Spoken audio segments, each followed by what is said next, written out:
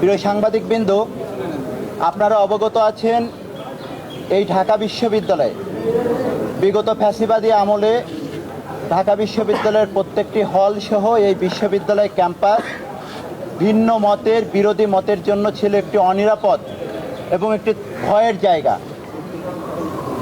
এবং বিগত ফ্যাসিবাদী আমলে ফ্যাসিবাদী সংগঠন, নিষিদ্ধ সংগঠন ছাত্রলীগ ঢাকা বিশ্ববিদ্যালয়ের হলগুলোতে এবং বিশ্ববিদ্যালয় প্রাঙ্গণে একত্রাসের রাজনীতি শুরু করেছিল এবং সেখানে ভিন্ন মতকে গেস্ট রুম, গণরুমের মাধ্যমে ব্যাপকভাবে দমন নিপীড়ন করা হতো।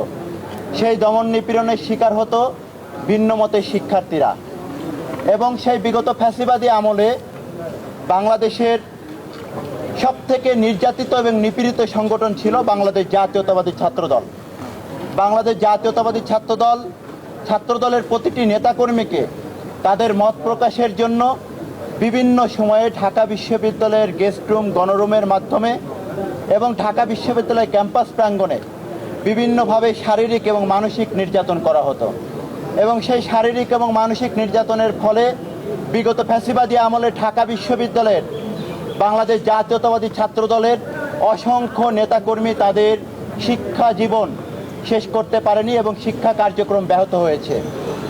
আজকে আমরা আমাদের মাননীয় ভিসি মহোদয়ের কাছে এসেছিলাম বিগত ফ্যাসিবাদী আমলে গেস্ট রুম,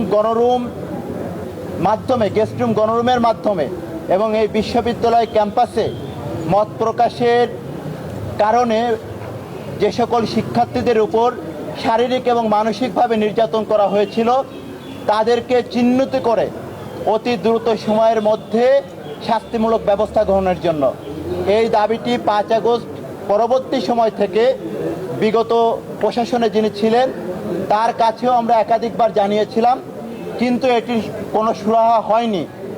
একই সাথে আমরা দেখেছি 5 আগস্ট পরবর্তী সময়ে একটি ছাত্র সংগঠন, যে ছাত্র সংগঠনটি বিগত সময়ে ছাত্রলীগের মধ্য থেকে গুপ্ত রাজনীতি করেছিল এবং আমরা ইতিমধ্যে অনেকগুলো প্রমাণ হাতে পেয়েছি যেগুলোতে স্পষ্টভাবে প্রতীয়মান হয় যে তারা ছাত্রলীগের মধ্য থেকে এই গেস্ট রুম, গণরুমের মাধ্যমে শিক্ষার্থী নির্যাতনের সাথে সরাসরি জড়িত ছিল।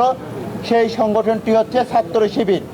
তারা 5 আগস্ট পরবর্তী সময়ে তাদের রাজনৈতিক খোলস পাল্টিয়ে তারা একটি কৌশল অবলম্বন করেছে, যে কৌশলের মধ্য দিয়ে তারা নিজেরা যে নির্যাতন নিপীড়নের সাথে জড়িত ছিল সেটিকে এই ঢাকা বিশ্ববিদ্যালয়ের সবথেকে নির্যাতিত নিপীড়িত যে সংগঠন, যাদের রক্তে রঞ্জিত হয়েছে এই ক্যাম্পাসের মাটি বারবার, সেই সংগঠন বাংলাদেশ জাতীয়তাবাদী ছাত্রদলের নামে বিভিন্ন অপতথ্য, প্রপাগান্ডামূলক এবং সাধারণ শিক্ষার্থীদেরকে বিভিন্ন সময় বিভ্রান্তি করার জন্য তারা গেস্ট রুম, গণরুম ফিরিয়ে আনবে এরকম একটি প্রপাগান্ডা 5 আগস্ট পরবর্তী সময় থেকে চালিয়ে আসছে। কিন্তু আমরা দেখেছি সম্প্রতি বেশ কিছু হলে ইতিমধ্যে তাদের গেস্ট রুম, গণরুমের যে আমলনামা এবং যে হোয়াটসঅ্যাপ মেসেঞ্জার গ্রুপে তারা যেভাবে নির্দেশনা দিত, শিক্ষার্থীদেরকে সরাসরি হুমকি প্রদান করত, সেই বিষয়গুলো কিন্তু ইতিমধ্যে সাধারণ শিক্ষার্থীদের সামনে সেটি